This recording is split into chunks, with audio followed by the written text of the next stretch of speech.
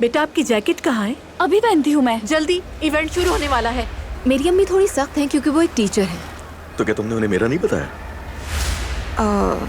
नहीं, मैंने अभी तक बताया नहीं है। ये नहीं हो सकता। मैं प्रेग्नेंट हूँ। तुम्हें अंदाजा भी अपनी माँ से क्या कह रही हो तुम दो? मैं आपकी बेटी हूँ, थोड़ा रहम करें, थोड़ा ऐसे ही। ये बच्चा खुदा की तरफ से एक नेमत है, यही उसकी मर्जी है और हमें इसे कबूल करना होगा। अजलान एक अलग माहौल से आया है, उसकी परवरिश मुख्तलिफ कल्चर में हुई है। ये शादी नहीं चलेगी। सिर्फ ये बताना चाहता हूँ कि आपको किसी चीज की फिक्र नहीं करनी चाहिए। आप गलत समझ रही हैं। हम बिल्कुल भी बुरे लोग नहीं हैं ज़ैनब साहिबा। नूर आपा उस छिछोरे रूहान से मोहब्बत करने लगी है।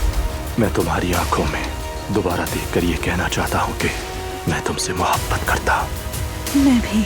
अब जैसा मैं चाहूँगा तुम वैसा ही करोगी। तुम शादी करोगी। मैं शादी नहीं करना चाहती बाबा।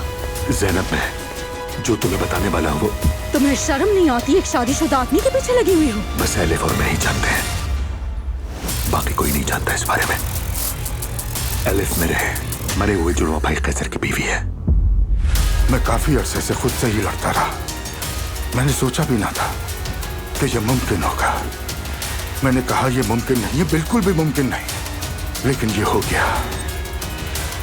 मैं आपसे मोहब्बत करता हूँ एलिफ साहिबा।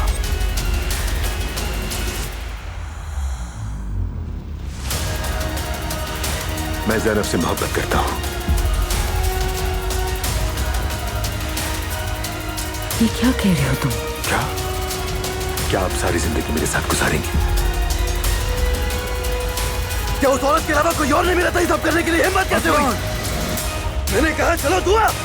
मुझे छोड़ो अजलान, मैं तंग आ चुकी हूँ। मैं तुम्हारे खानदान और उनके बेकार उसूलों से तंग आ चुकी हूँ। खबरदार मेरी बेटी को हाथ नहीं लगाना। तुम खुद को समझते क्या हो? बिल्कुल नहीं, मैं आप जैसी माँ बिल्कुल नहीं बनूंगी। तुम बीवी हो मेरी। खबरदार, तुमने हाथ लगाया।